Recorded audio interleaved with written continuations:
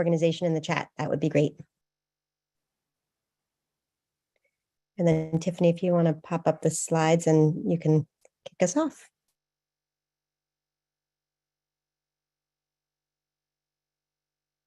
Okay, great. Welcome, everyone. Before I jump in, I'll kick it off with to Brad and Fatmata if you guys wanted to say anything before starting. Otherwise, we can jump in. Good morning and welcome, everyone. Thanks again for being here to move this work forward. Tiffany, without further ado, just jump in. Thank you. Okay, wonderful. Thank you.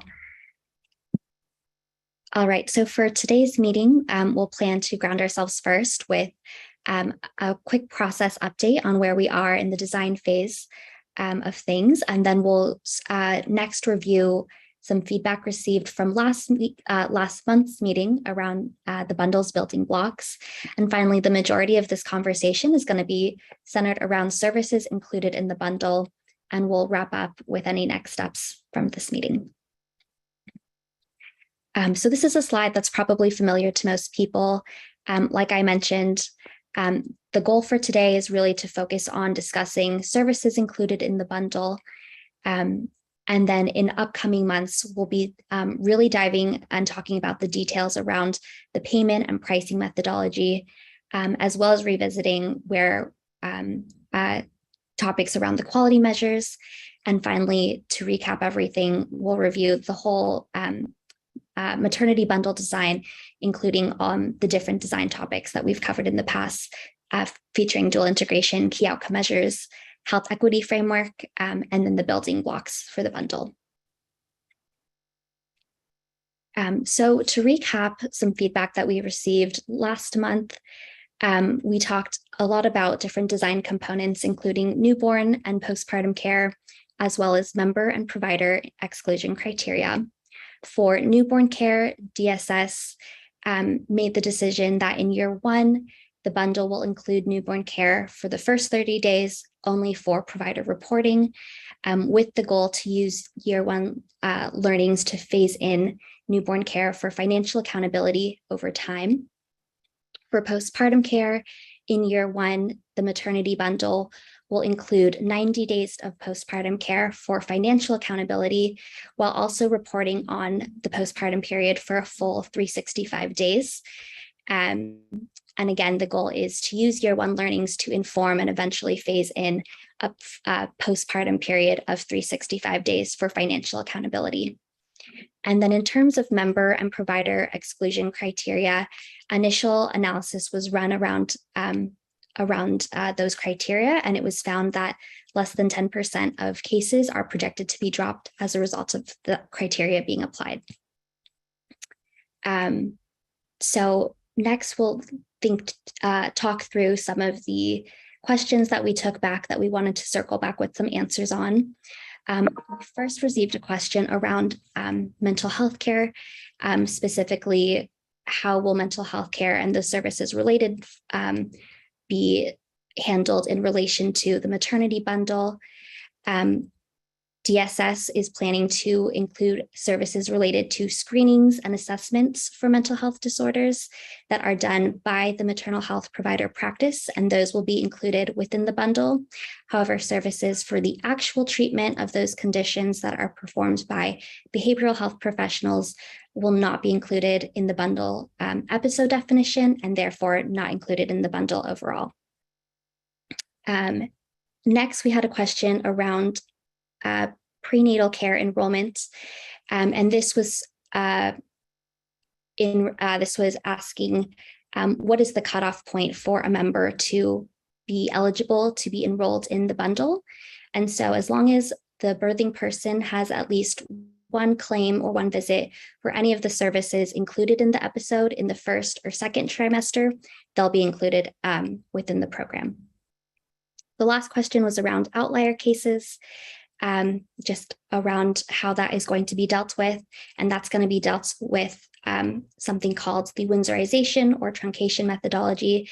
This is going to cap the total episode cost at the 99th percentile of what has been observed historically and used for pricing. And this is really going to ensure that complex and costly cases of care are going to be excluded from the program. So before we move on, I'll pause for any questions. Karen? Yeah, just so around the exclusion criteria, I think it would be helpful to know what those are. And I also feel like on a similar note, the outlier cases note on this slide seems to contradict what was said at the last meeting, which is that the bundle is the baseline and that complex care is added on a fee-for-service basis. So, again, just expressing the concern that excluding people from the bundle might mean that they do not have access to wraparound services. And there are certainly people with complex births who would want access to those services, right? So it would be helpful, just to be clear, it would be helpful to know what the exclusion criteria are, and also to understand why you wouldn't simply add on the fee for service for more complex cases. And I think last time, and maybe I've misremember which meeting we presented this at, kind of went through what the potential exclusion criteria are. I think Tiffany, if I'm honest, please. But most, and I think we have it in one of the prior slide decks to kind of walking through that. It's really multi-Paris births. There's a few other. Okay, if you got it, Tiffany, go for it. Yeah. Yeah. So for member exclusion criteria, that's excluding, that's looking at age limits, a lack of facility claim, stillborn, and multiple births. For each of those criteria, looking at DSS's data, that's going to have zero impact. So 0% of births were excluded based off those three criteria. And then the final piece of the member exclusion criteria is around potential enrollment gaps. So like loss of coverage, moving around, that kind of stuff. And that still needs to be done. So we will circle back with any updates. But historically, I think we're projecting it to be less than 5% and very minimal based off Connecticut's data. In terms of provider exclusion criteria, that's just going to be looking at a minimum number of births provided per year.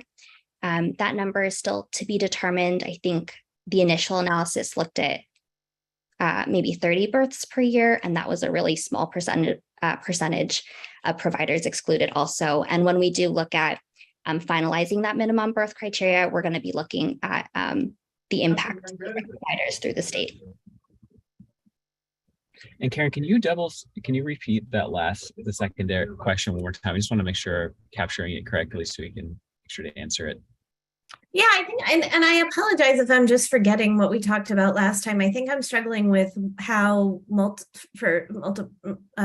births or stillbirth would be excluded from the bundle, but result in zero exclusions. And I'm also not sure how people who fit into those exclusion categories would access some of the, for example, doula support that is included in the bundle that's not available on a fee-for-service basis through Medicaid. So I'm just trying to make sure I understand, and also just, like these are high-risk pregnancies are more likely to occur among people of color. So just trying to check to make sure that the folks who are excluded from receiving those services are not disproportionately Black and brown. Yeah, it's super important. I very much appreciate the question, Karen. I think historically, partially just with how the bundles are somewhat billed, especially since there is a cost of care component, that it's difficult to include the multi-Paris, multiple births in it. With that said, obviously, and I think that 0%, I think it just ended up being less than 1%. There was very few births that were included that end up falling within that parameter based off of the existing data. Not that we don't want to have those individuals have access to it. It just becomes a lot more complicated because that costs go way up. And so, there's already a lot of complexity in the system, and having variations in how we're orchestrating it for small exclusions becomes very, very challenging to organize, but totally understand the concern that, someone that has three that's having triplets obviously may need a lot of support services or other support services. I think there may be challenges with us operationalizing that effectively, because we also know that there's if there is a total cost compare component, we know the total compare is going to be a lot higher for someone that's having triplets than someone that's having a single birth, and actually having that kind of flexibility built in is very challenging on our end in terms of building this out. Fatmata, others want to add on to that? No, Brad, thank you. I think you said that very well. And I think it's something I'll just say that, or go ahead. I was just going to say one piece is something that we are very much are interested in doing. I just don't think we have a good solution for it as of now in terms of actually addressing it. I mean, I think we're very interested in including the more complex cases and people who have a lot of needs in this, which is the goal, but we still have to figure out some way of making sure that providers have, that we're giving them appropriate risk corridors, and also the total cost of care for a single versus three, triplets is very, very different. And if we don't have a good way of really controlling for that, or of effectively giving providers the tools to do well, that's a big challenge for us right now. And I don't want to take up too much here. I think what I was suggesting is looking at models, and I don't know what the complexities are of operationalizing this, but one model that I've seen is that the bundle is the baseline set of services, and for a more complex case that meets those exclusion criteria, additional services would be provided on a fee-for-service basis to avoid any kind of financial penalty for the provider, while also ensuring that those people get access to the full range of services they might need. So that's what I was asking. And if there are operational concerns there that I'm just not aware of, I'm open to hearing that. I just wanted to be clear about what my thinking was. Yeah, and I actually don't think that's unreasonable for us to consider too, is how we might be able to operationalize it. There are a lot of considerations on how to do this, and that we're still working through some of those details, and very much appreciate the comment, because obviously we do want people to have access to these services, especially those who have a lot of needs, and so appreciate that feedback. I think, this is Angela. I think it's entirely reasonable to take it back to the actuaries to see if there's a way to operationalize multiples and other more complex cases in the same way in which they would do the outlier cases. I also just wanted to acknowledge the question in the chat about the term Windsorization truncation. And I think if it's okay with the team, on Tiffany's last slide, we had so the financial methodology as an upcoming session, probably next month or the month after, and so would defer until we have the actuaries on the line to provide a more precise definition of what their statistics methodology is for that outlier casework. Yes, thank you, Angela and Brad and Karen. I see Mark Schaefer's hand up. Thanks, Fatmata. So just to extend a bit on what Karen was remarking about, my understanding in the world of alternative payment models is that you can have a distinction between how you do the reimbursement from how you actually determine the population for whom folks are ultimately accountable from a cost and quality perspective, and that those decisions can be made post hoc. So, for example, you won't necessarily, you typically don't know, you wouldn't know about a stillborn situation in the first or second trimester, and so the reimbursement during the first and second trimester would presumably include compensation for lactation services and doula services.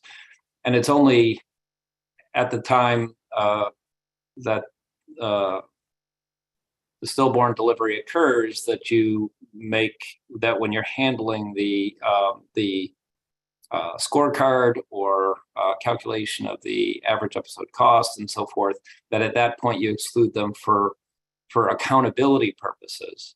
But it doesn't necessarily mean that those individuals weren't availed of the opportunity to have the services. And so I think the same could be true for any of the births, whether it's multiples or folks with particularly complex needs. I agree, you wouldn't want to, and I'm not sure Medicaid would permit you to not provide equal access to those services. What really matters at the end of the day is what I think you're focused on here, which is what are the universe of persons who at the, ultimately when you're calculating accountability should be included. That wasn't very well worded, but I think you know what I was saying. Thank you, Mark. Yeah, no, I think that's helpful. So appreciate that. Yeah. Amy has a hand up. Thanks, Mark. Yeah, hi. I wanted to echo and agree with what Karen talked about with kind of the baseline. And I think, Mark, that was helpful, what you just added. But, creating a kind of primary maternity care layer that everybody gets, and then, build on top of that, potentially with, other bundles even. But so I just wanted to voice that. And that I also understand it's complicated to, to do some of those things that only apply to certain people. I had a question about the exclusion criteria of lack of facility claim, because I think there's an argument both for planned and unplanned home births to have coverage for the bundle and have, because first of all, I think, planned home birth with licensed providers is happening today and could continue to happen. And those providers are already providing this, this very relationship-based, education-intensive model of care. They're already working with doulas regularly. So it's kind of, especially if we could bring some more investment and infrastructure and integration to that model, something that has a lot of promise for like helping think about different ways of organizing prenatal and postpartum care to be more community-based, more innovative, and just more patient-centered. So I want to argue for covering it for the planned home births, and also for unplanned home births, especially with maternity closures happening in parts of the states. Even though the provider might not attend the birth, that provider that's assuming the prenatal and postpartum responsibility has a lot of additional coordination activities that they need to do, and more follow-up and so on. So I think there's an argument that they're still providing care and support to that family optimally, especially if we can incentivize them to. So those are my thoughts.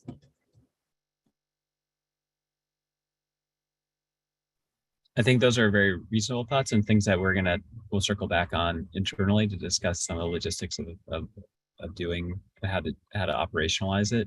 But I very much appreciate the thought process there. And I also saw the comment about making sure that individuals who have support after stillbirths from doulas, et cetera. So I think we very much appreciate, just want to say, we very much appreciate and are excited about the opportunity that doulas are going to that will be included in this. And we definitely want more people to have access to it. And I think some of this is just how we operationalize it and getting it to most. So we very much appreciate the comments. And I just want to say thankful for everyone's input so that we can be thoughtful in these decisions, and we will definitely circle around on it. But Fatmata or Angela, others want to say anything else? And I just wanted to add one other thing, that the state of Washington has done really interesting work around this, integrating home and birth center into some of their payment model stuff that they're doing. So I'll try to dig up the couple of studies and send those over. Great, thank you. All right, Carson, I'll turn it over to you. Great, thanks, Tiffany. So a version of this slide was shared with everybody in our meeting in August. There's some additional detail included here, but we wanted to just bring it up again to reframe for ourselves. What are we talking about? What are we looking at when we talk about the maternity payment bundle? And you can see here that at the bottom of the slide, a little more detail has been added around, well, what are the services that obviously fall within each of these the prenatal period, the delivery, and then the postpartum period. And as Tiffany mentioned before in our discussion, the postpartum period has been identified as that 90-day period for the birthing person, with the addition of looking at reporting only for the newborn for informational purposes for the time being, until we have the ability to start to analyze some of that data and decide what makes sense for inclusion in the bundle in the future. And none of these will be a surprise probably to folks under for where some of these things fall, but the types of services that we're talking about here for pregnancy are those monthly prenatal visits, routine ultrasounds, blood testing, diabetes testing, genetic testing, doulas, as we've talked about, care navigators, group education meetings, child education classes, and then those preventative screenings. In terms of labor and birth, looking at the vaginal and C-section delivery, and making sure that we're clear about what the right rates are according for those. And then for the postpartum, the intent is that the types of services included there are the breastfeeding support, depression screenings, contraception planning, and then ensuring that there is a link from the labor and birth to both the primary and pediatric care providers for both the birthing person and for the baby. We can hop to the next slide. Oh, sorry. We got a question that came in. Care navigators. I might hand that over to either one of the DSS folks or maybe Angela to help us define the care navigators in this instance.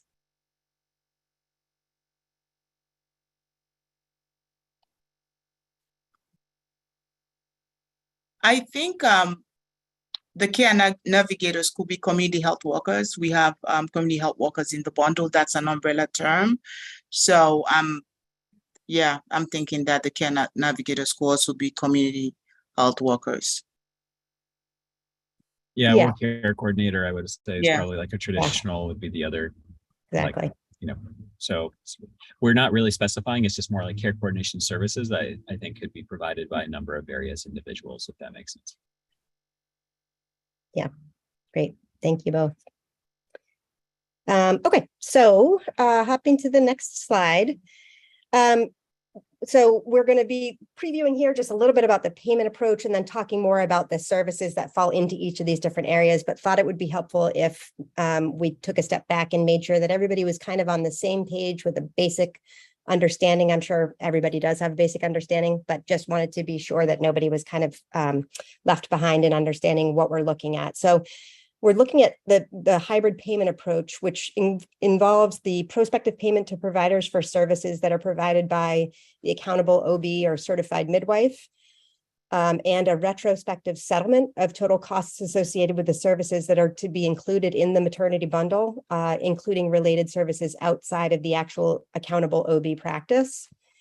In terms of understanding what actually does prospective payment mean, it's about the accountable provider being paid a set amount of money for certain services that an expecting individual is expected to have over the course of their pregnancy, where the retrospective reconciliation is really about giving accountable providers the opportunity to be eligible for incentive payments, which would be based on maternity-related care provided during the perinatal period and for certain predetermined outcomes. The rationale for why DSS is looking at this approach is really about the prospective payment model being able to support providers with needed capital for practice transformation activities in order to really achieve the goals that DSS has put forward, with the hybrid approach enabling the accountability for providers without setting up systems to have to pay external providers and hospitals.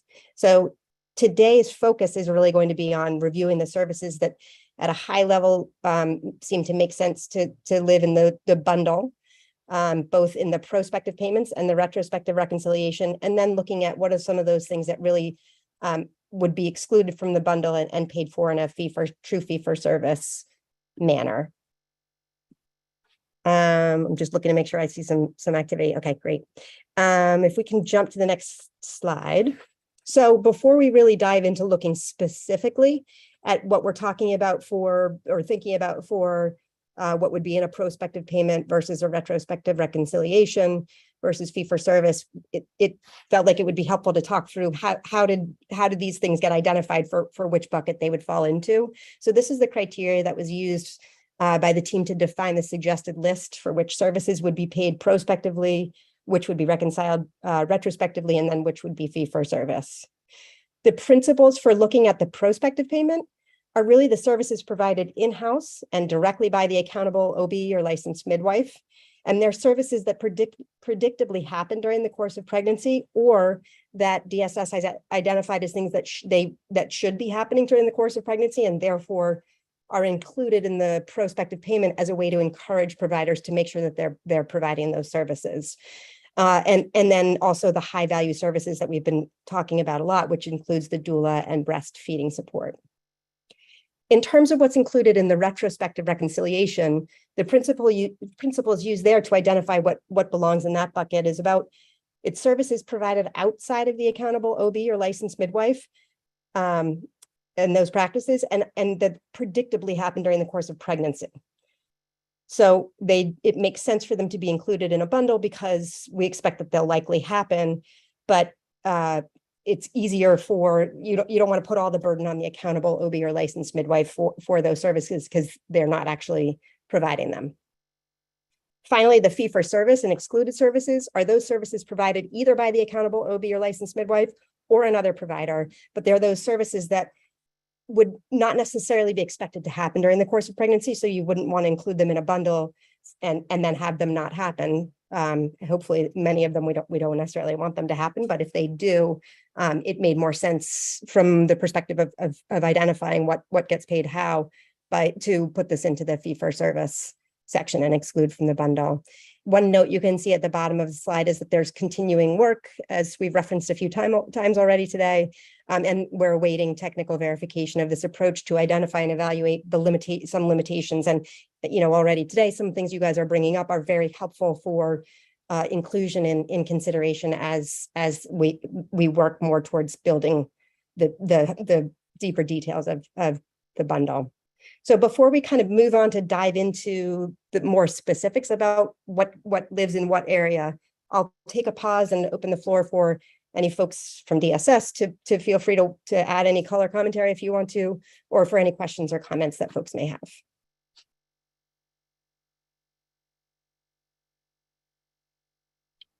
I just say we can go to questions. I think Amy may have a hand up, and then or Karen, sorry, if I missed that.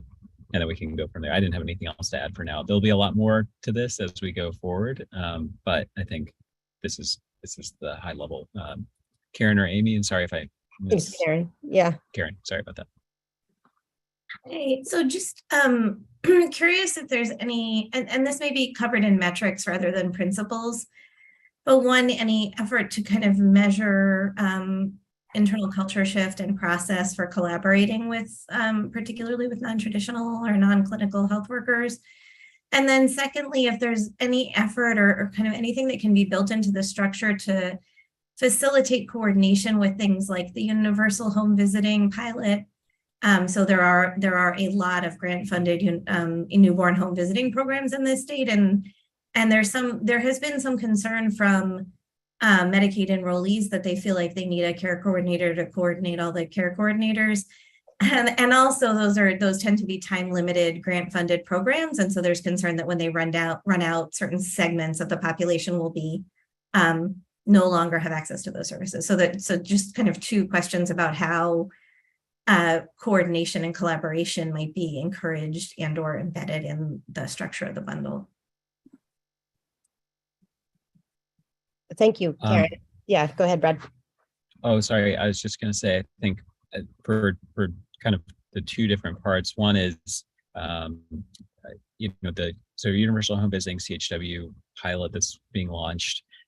There's obviously, there is interest in thinking about coordination. We're not specifically integrating that as of now, but I know there is a lot of interest in thinking about that for the future. And I don't think we have a clear plan as to what that will look like, but it is actively being explored. Definitely understand the concern with the multiple various programs going on. I don't think we realize, because most of those are small pilots throughout the state that are geographically focused, it's going to be, I think, very hard for us to do something within this in terms of saying to providers, here, Bridgeport providers, there's the universal home visiting program, make sure you're coordinating with them. Obviously, that's a really important part. I think we want to provide that flexibility so that providers can do that. Now, I know you asked about encouragement. I'm not sure we have, as of now, thought about a way of doing that. I think we can bring that back and see if there is a mechanism. I'm not sure there will be an easy one for monitoring as we're doing this, but definitely we should bring that back and talk about it. But Fatmata or Angela, others want to weigh in on that.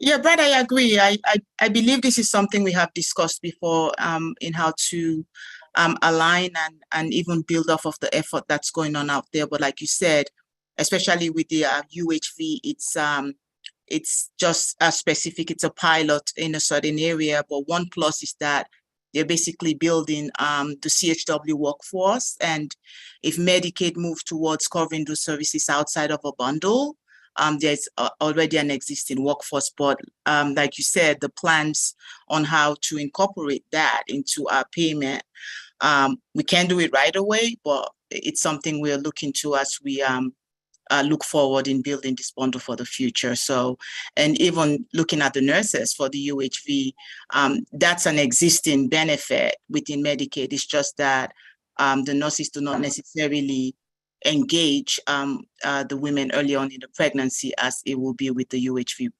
So those are all things that we can work on.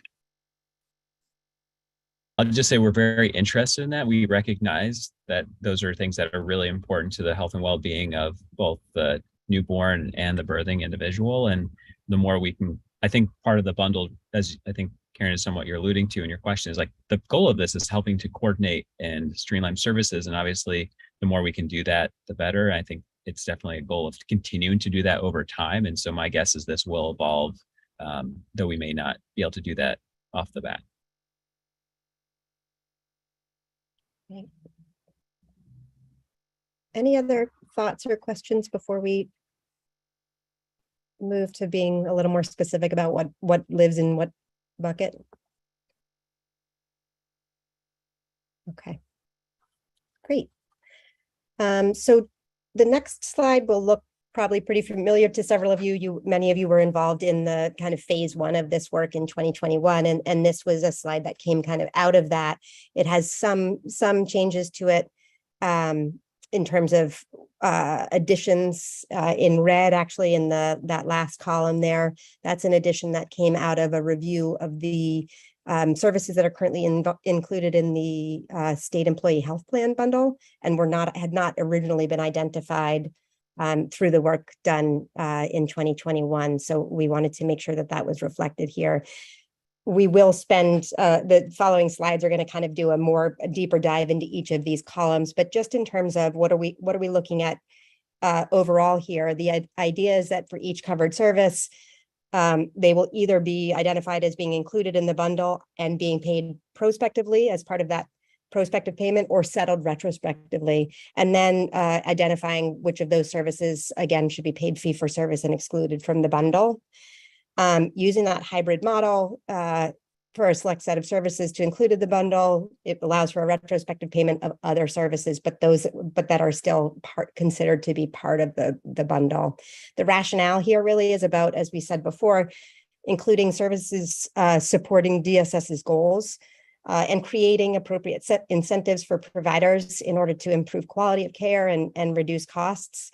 And then the intent also being to tie quality metrics to screenings, care coordinations, or activities, and use of high-value support services to align clinical and financial incentives. So if we jump to the next slide, here's where I'd like to just give opportunity for folks to review this and then have some conversation around whether people think that the things that are listed here make sense to be in a prospective payment for the maternity bundle. So the list is the OB or licensed midwife professional services, professional related hospital costs if appropriate, professional related behavioral health evaluations, including those screenings for depression and substance use, the OB or licensed midwife imaging, labs and diagnostics, screenings that would include general pregnancy screenings, and then those for things like chlamydia and cervical cancer, routine vaccinations, those doula services that we've been talking about, breastfeeding support. And here we just have a little note about the breastfeeding support is included with broad spectrum of provider types, so not just limited to community health workers. care coordination activities, and then any of the services listed here, if they were provided via telehealth, would be expect to be paid prospectively. So I'll take a pause there and open the floor to folks.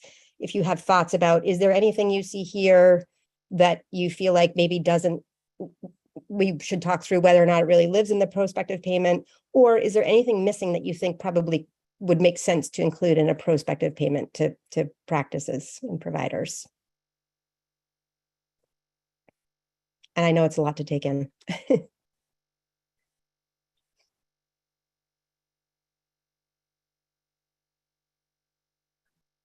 Carson, I just wanted to add, and I know Ashley had mentioned that before, IPV screening as well as anxiety screening to that, to the screenings, just call it out.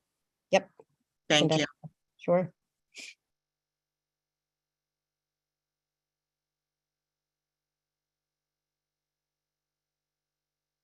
So maybe I'll ask just the question of, do folks, and you can just give me a thumbs up and if you want to, I'm curious to know, does this feel maybe like, yes, this is what I would have expected? Obviously, we know this came out of conversations that many of you had already previously, but we want to make sure that having had some additional time to think through it, do we think like this is the right set of high level services to be included?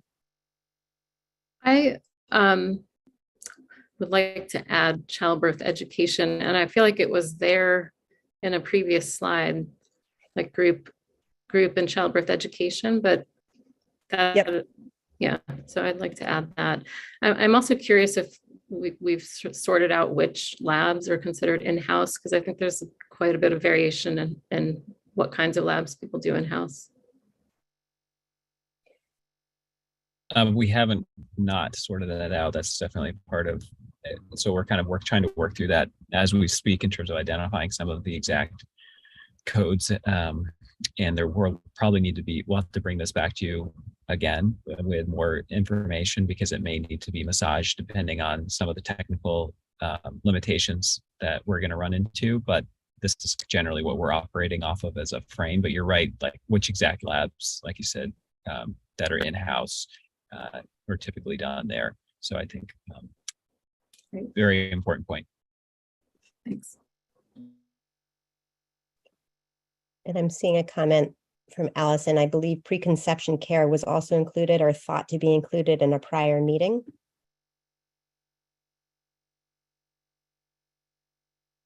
I don't know if others have a response to that. It may well have been. So it would be included as part of education. However, we decided to exclude LACs because of the cost of it. But in terms of education and any other type of preconception care that's not LACs could be included, yes. Great. Mark, I see your hand is up. Please go ahead. Sure, thanks. My understanding is that I'm interested in how much of this bundling is already part of a global payment. So my understanding is that back in the day anyway, 10 years ago, Medicaid fee schedule had global payment for obstetricians that maybe included all of the prenatal services and maybe a postpartum service. I may be misremembering this. So I'm wondering, are you, is what's new here that you're bundling doulas and breastfeeding and care coordination activities, or have some of these been bundled historically as part of a global reimbursement for OB services? Or am I completely sort of off in my recollection? You're not completely off. And actually, I think Nina Holmes is on, who can provide probably the most exact answer. So Nina, I don't know if you're available, but I can definitely jump in. But I know I always turn to you when these specificities come up. Yes, I'm on.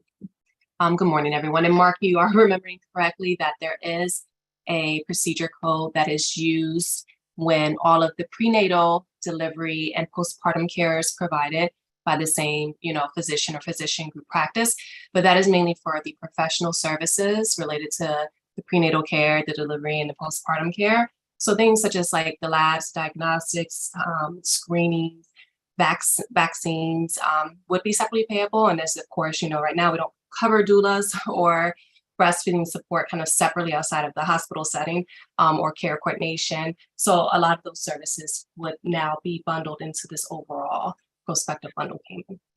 Thanks, Nina. That's very helpful. So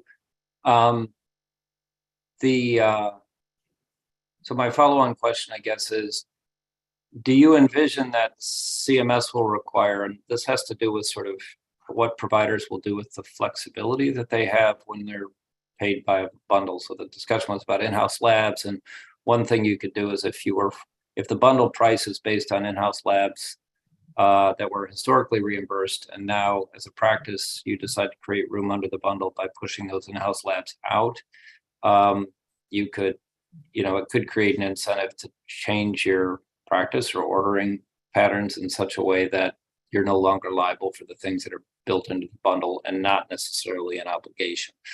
And so I'm just interested, maybe not for today, whether there will be shadow claiming even for things like doula and breastfeeding support, so that you have a way actuarially over time to know that your bundle pricing is in accordance with the level of service being provided. At least for go ahead.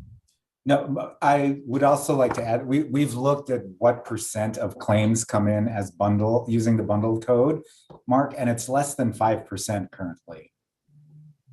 It varies depending on the year, but it's like between 2.5 and 3 point something %. Thanks. That's helpful. It sounds like it was narrower for Nina anyway. It's a pretty, it's a professional service specific. Yep. Was that claim volume or percentage of dollars? Claim volume. Okay. So the volume may be lower, but the dollar may be much higher than that.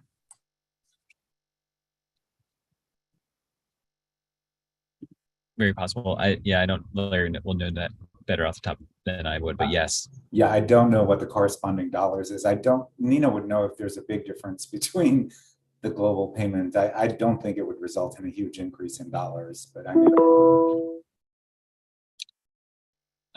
And I think, Mark, the other is the shadow billing. So definitely in terms of the doulas, that is one avenue in terms of monitoring that we're looking into. There are some new codes that are going to be coming online that we're going to be looking at as an option for capturing that data. As you mentioned, that is a really important part. We want, if we're going to be paying for services like doula support, we want them to be utilized. And obviously that's an important part of this. So that is a very important part of what we're evaluating as we speak. So it may be a claims, a shadow claim, so to speak, which just means that people would bill a claim that's not paid, that would indicate doula services have been provided.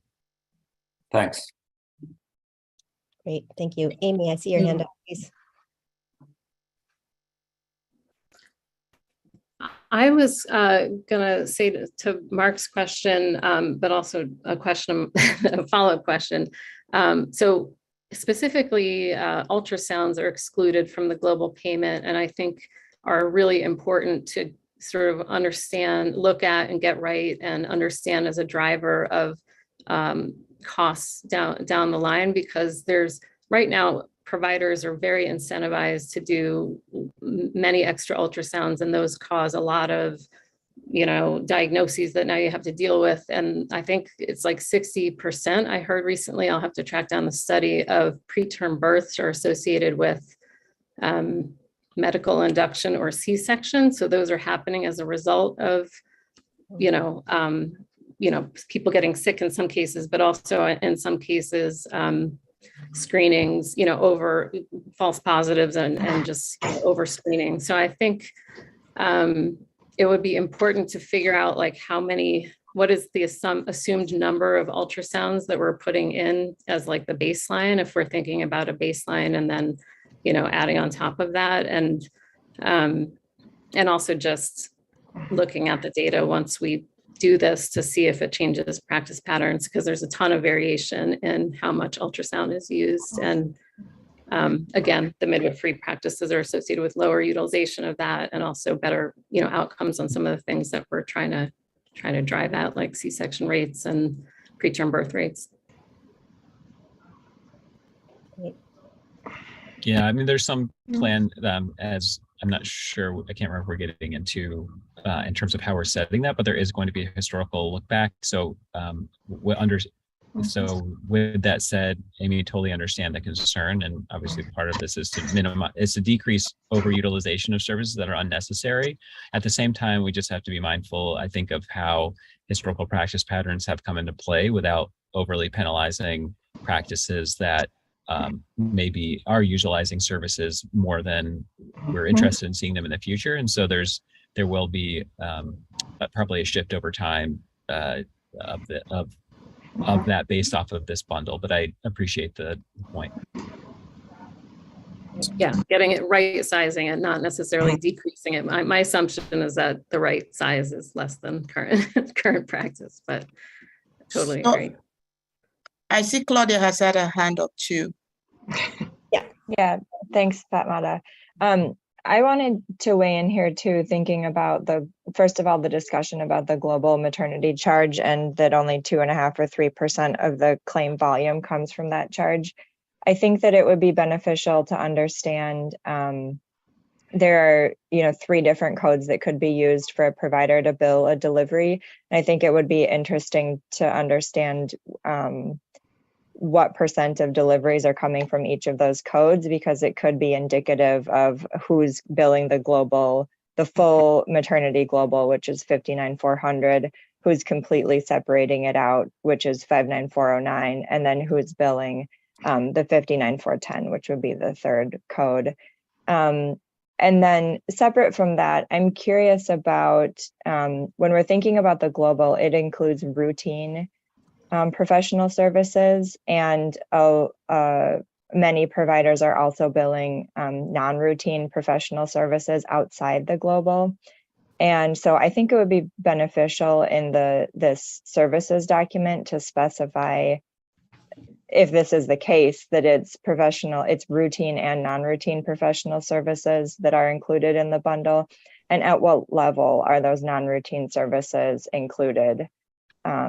I think it would kind of, like Amy was describing with ultrasounds, are we considering finding kind of the optimal level of non-routine professional services that people are providing, and making sure that they're not billing an excessive amount of additional non-routine services. Thanks, Claudia. I see Paula. Hi, good morning. So, I kind of hear where people are saying about the global and their concern for ultrasound, et cetera. And, we have done bundles for quite some time. I think we're probably one of the longer OB bundled group practices around. So I can honestly say that, when you get your data, you can see where your variation is. And I'm assuming that each of the groups that are participating are going to get collectively their data, and they're going to have to make a decision about where utilization is being spent, and then trying to figure out how to reduce that variation. So we focused for a very long time on ultrasound utilization and have guidelines for high-risk conditions. And specifically, as we all know, the BMI is a high-risk condition, but making the right cutoff that's good and safe for your group, those kinds of decision points are mission critical to winning on a bundle and having it successful. And when I say winning, it's a mutual win. If we all do well, we have the greatest outcomes for our patients, we eliminate variation, and we reward our providers for doing a great job on managing high risk and normal pregnancies. There are going to be things that you're going to see that you can say, oh, simple workflow changes can make a difference. A perfect example is use of urine toxicity screening cups, versus sending blood work out. That was a very quick win. You look at the variation and the cost, and you can make those moves.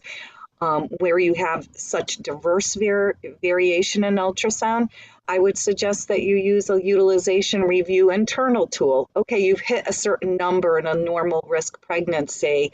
Why are you doing that? And that kind of helps us eliminate that care variation. So I think there are some success metrics that we can share, with the group collectively from a performance improvement that helps everybody learn tips and tricks from other people on how to be successful in this.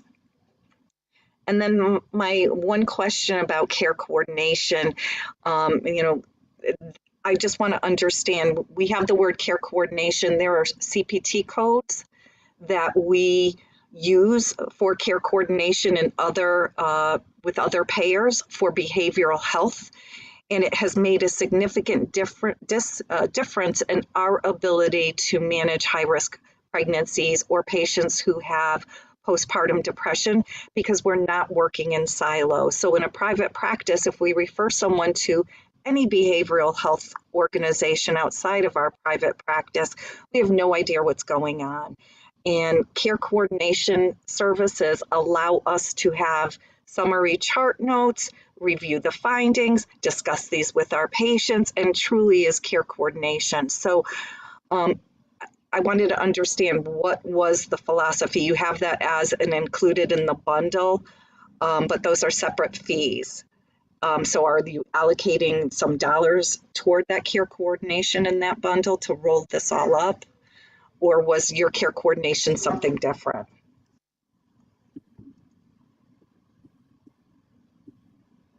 Yeah, I don't know. Go ahead. I was just going to say, we haven't allocated any additional dollars as part of care, which, the only dollars additional that we have as of now that are being allocated are in terms of doulas and enhanced breastfeeding support. And so that's, there's not additional resources. And so it's basically that existing, obviously there's potential shared savings on the back end, but obviously that's not an upfront payment for those services. So you're talking about just general care coordination and not using those CPT codes. Okay. That's correct. All right. Great. Thank you, Brad. Claudia, I see your hand up. I'm not sure if that's a holdover or if you had another question. Sorry, holdover. No worries. No problem. Any other thoughts before we look at the things that are in kind of that retrospective settlement? Okay, so let's head to the next slide and just look at, again, still included in the bundle, but instead of a prospective payment, these are the things that have been identified as being settled retrospectively. So those hospital-based costs related to maternity, birthing centers, specialist professional services related to maternity, such as anesthesia, general pharmacy related to maternity, and then the OB licensed midwife imaging and labs, which are outside of the OB licensed midwife practice. So would open the floor to folks if they've got comments, thoughts, questions about the items listed here.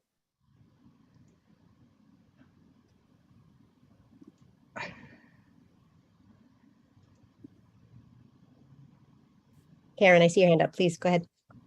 Just for clarification, so postpartum doula services, for example, would be included in the prospective payment? Because you're doula services, or is there a need for there to be evidence that occurred in order to achieve the full bundle?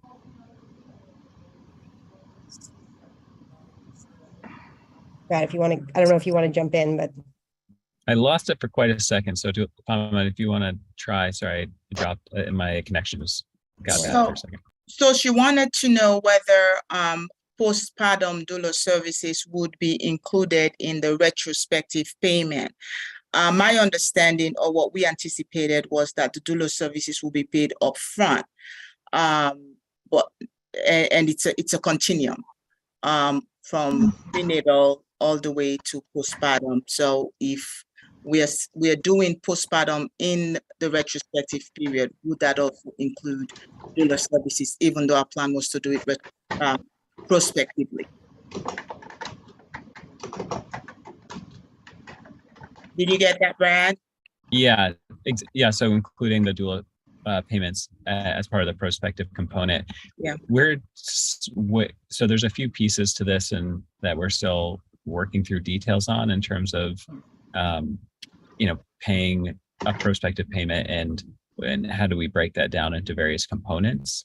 And so how we split the doula payment over that is still being determined. Obviously, we want to monitor for utilization. That's a really important part of this. We don't want to be paying for new services that are not being provided. But there's a few details here that I think we're going to have to return to in the near future with all of you. Thanks. Amy, I see your hand up. Please go ahead. Yeah, I'm not sure how I think about this, but I just wanted to raise it. Transportation, like interfacility transport, and potentially other kinds of patient transport, like to their appointments and so on. But I think as we think about like integrated systems and levels of, care for maternal levels of care, which a lot of states are implementing, in a comprehensive way statewide. And it's certainly something that impacts birth centers, and to be able to reduce ambulance costs or right size, again, ambulance costs. So it hasn't shown up anywhere. So I just wanted to reference transport. Yeah, that's helpful, I think. And a good question. We did actually have it here previously. And I think as we talked through it, and I think this is probably a good opportunity to discuss it further, is that for Medicaid, it's included as a Medicaid benefit overall. And so wondering, did it make sense to include in the bundle as though it were a maternity related, even though in this case it is maternity related? Does it make sense to include it here, or do we just assume that whether it's about the maternity services needed or not, it's already part of the Medicaid services? So that was, I think, some of the rationale, but would love to hear feedback on that, or have anybody else jump in with further information. And go ahead, Amy. I don't know if I have, I'll have to think about it and see if anything bubbles up, but yeah, just wanted to make sure it was on the radar. Yeah, for sure. And certainly as you are thinking about it, if there are, we're certainly interested in hearing the rationale of there's probably a good reason to include it on the page.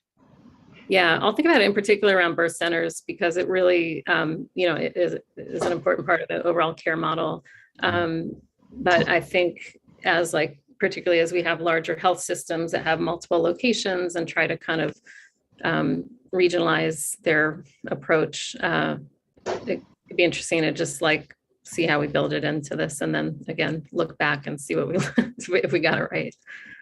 Yeah, thanks, Amy. If you think of anything, there are nuances that you may be aware of that we are not, but we decided to remove transportation because we do cover non-emergency medical transport, right? So we're thinking it's not specific to pregnancy, but there may be nuances that you may bring to the table where we'll decide otherwise. So yeah, I think the interfacility ones are typically emergency transport. So I don't know. So it'd be interesting to know if Medicaid is how that's being covered, but this would be, when you're transporting to a higher level of care.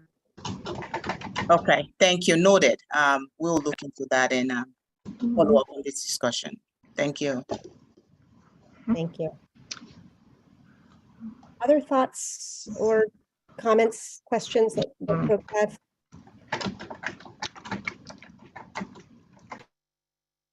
Okay.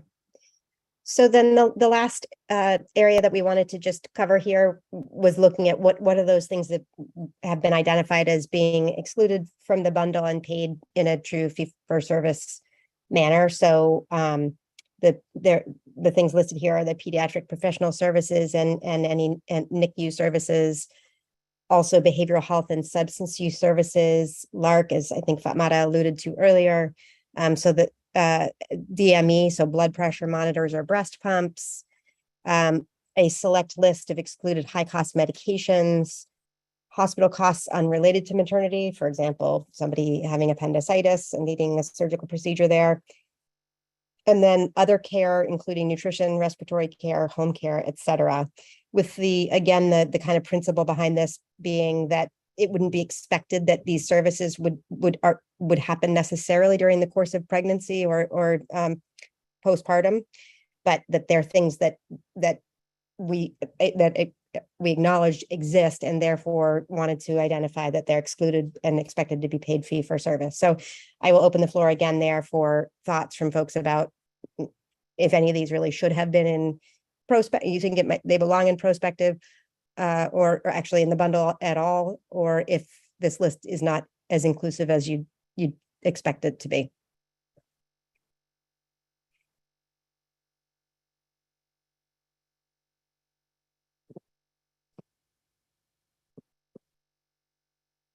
And I would also say, as I started out with, that this is a lot to kind of absorb and think about. So understand that this is probably one of those things that as you think about it over the next several days, things may come to you, and we would certainly welcome information there. And I see, Karen, we're talking here about pregnancy-related oral health services might be noted here as an exclusion. Right, I assume because it's a different provider group, different ASO, that it wouldn't be included in the bundle, but I think it's worth calling attention to because, well, I understand also that Medicaid doesn't cover all of the potential pregnancy-related oral health, but what is covered, people still need access to. Yeah, absolutely. Thank you. We can definitely add that to the list here. Any other thoughts or comments?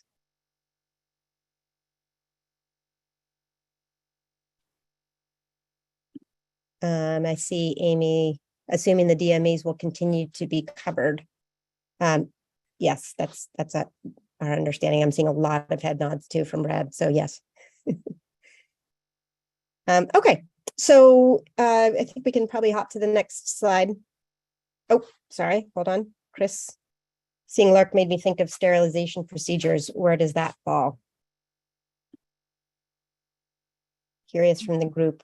Yeah, Brad, go ahead. I was going to say, I would imagine this would fall outside as well, but we should probably confirm that before officially saying that. Yeah, so we can take that back. Thank you. I see Mark has his hand up as well. Mark, your hand is up. Yeah, I'm sorry. I'm just trying to find the mute button or unmute button. So the thing that strikes me as a little peculiar about the list is it's my understanding that all of the Medicaid covered services that are not included in the bundle are excluded from the bundle. So any, not only hospital costs unrelated to maternity, but any professional home care or whatnot services unrelated to maternity. So I'm wondering whether the structure of the list makes it a little bit, there's some ambiguity. So, you know, the opener is basically, is that all Medicaid covered services that are not maternity related and otherwise included in the bundle are not included in the bundle. So hospital and professional service costs and others unrelated to maternity care. So that was my only sort of late emerging comment. Yeah, I think that's totally fair, Mark. It makes sense. It's almost as if to say, are we saying then nothing else is covered for these people? Or, but I see your point. So I think we can probably amend the way in which this is listed here. So thank you. Great. So if we jump to the next slide there, Tiffany, I think just looking at next steps, obviously we'll incorporate, we had a lot of great feedback from everybody. Thank you all for providing so much great commentary and helpful things to be considering. So we'll do the work of incorporating the information. We'll bring back anything that was an outstanding question that maybe we need to address to our next meeting. Just as kind of housekeeping for folks who are planning to be involved in the conversation for the provider payment focused discussion, we have that scheduled for for a week from today. And if you do not have the invite and it's something that you feel you need to be a part of that discussion, please let us know and we can add you to the invite. And then our next advisory council meeting is right now slated for October 18th. So I think that's all of the content we had for today. And Brad and Fatmata, if there's anything more you all would like to add. Just saying thank you all again for your helpful commentary and comments. That helps refine the thinking that we're having. And so we just continue to appreciate it, the active engagement. Obviously, we won't always agree on everything, but it helps very much to improve this process and the eventual launch of this. So again, thank you. Thank you all. I concur. Thank you, everyone.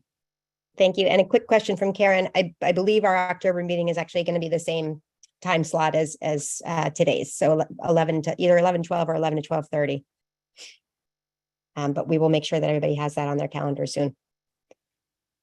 So thank you all. And certainly if you have things that come up for you after the discussion that you would want to share with us, please feel free to reach out to anybody with follow-up commentary. And we look forward to our next discussion.